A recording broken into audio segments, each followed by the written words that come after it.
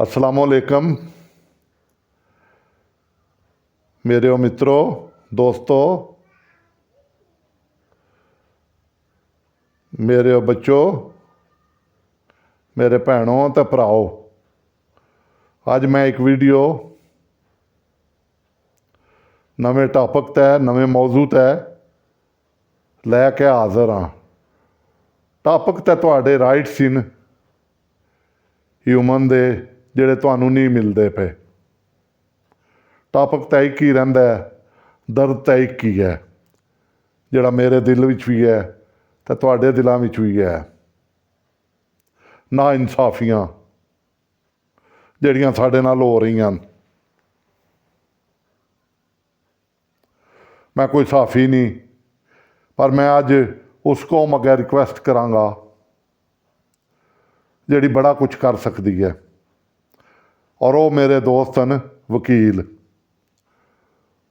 तुसी कहंदे हो वकील तो बड़े पैसे लैंदे न, तुसी कहंदे हो सो ये तो लुट्टण वाली कौम है। नहीं मेरे दोस्तों, ये लुट्टण वाली कौम नहीं है।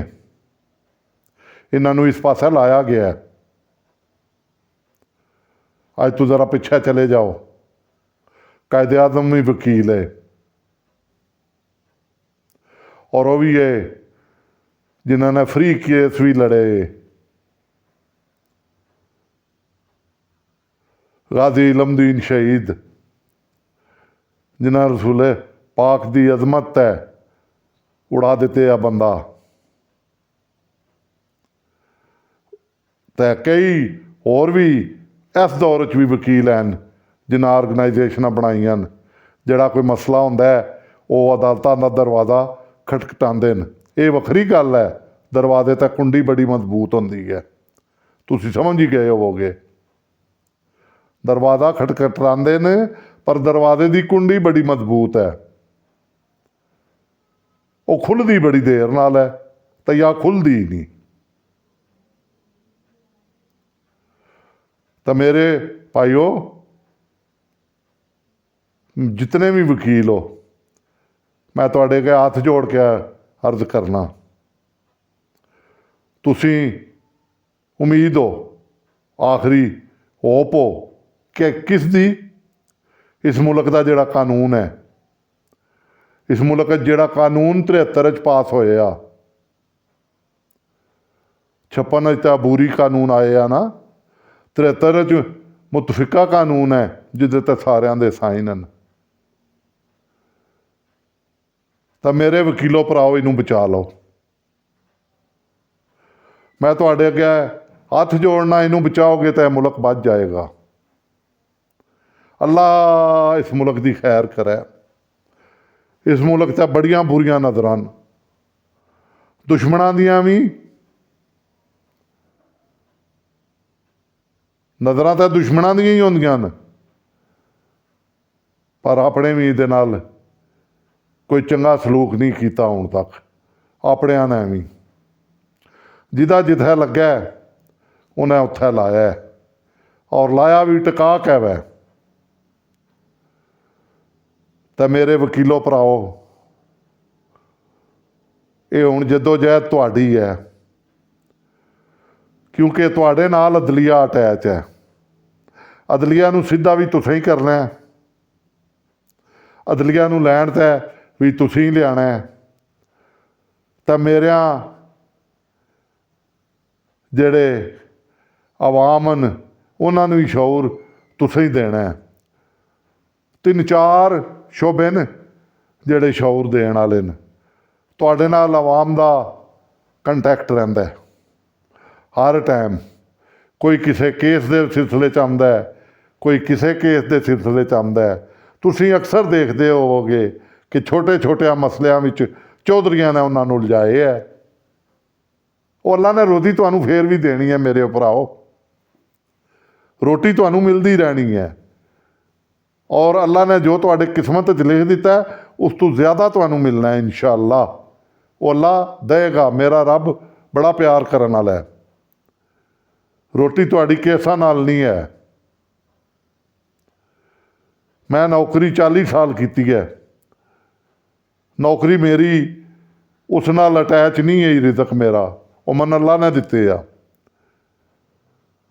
हुण भी मैनू रिजक अल्लाह दे रहा और उस तो अच्छा दे रहा। मैं रिटायर्ड लाइफ गुजार रहा। तो मेरे दोस्तों, मेरे पंजाब के दोस्तों, स्पैशली मैं तुहानू रिक्वेस्ट करांगा, और मेरे पूरे पाकिस्तान के दोस्तों, सारे अपने हकूक वास्ते ही, अपनी जद्दोजहद वास्ते ही जरूर निकलो। जिहड़ा सही है उसकी हमायत ही निकलो, पैसों वास्ते ना निकलो मेरे दोस्तों। पैसा तुहानू बड़ा अल्लाह देना है, पैसा ज़रूरत है, अल्लाह को मंगो, या बारी ताला इतना दे दे, मेरी ज़रूरत है। पैसे वास्ते तो अगे आधा मुल्क बाहर नस गया, उहदे च पैसे वास्ते भी नसे न, तो उहदे च लॉ एंड आर्डर वास्ते भी नसे न। एडियां एडियां शख्सियतां बाहर बैठियां ਜਿਹੜੀਆਂ एक झटके च करजा भी ला सकदियां न, मगर वो क्यों लावन? खाण वाले होर ते लाण वाले होन। वो जिन्ना खाधा रल के, या जेड़े खांदे न पे, या जेड़े अग्गों भी प्लानिंग कर रहे हैं, उन्हां सारियां दे खिलाफ मेरे पंजाब दे बंदे तुसीं उठो। हुण वो किसी दौर च ना एक साड़ा सियासी लीडर है, उन्हें कहा वो जाग पंजाबी जाग, तेरी पग नूं लग गया दाग।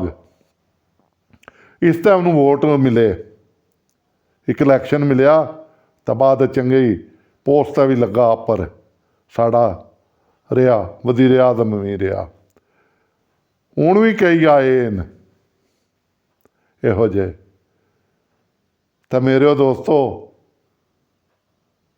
8 फरवरी नूं इलैक्शन है, तो मेरे वकीलों भराओ, आवाम नूं तुसीं भी अवेयरनैस दिओ। वैसे आवाम काफ़ी कुछ जान गई है, तुसीं भी दिओ कि केड़ी पार्टी चंगी है, केड़ी भैड़ी है, तो वोट जरूर देना है। जेड़ी नूं भी चंगा समझदे देन, मगर उन्होंने ना देन जिहड़ा मुल्क नूं लुट के नस जावे।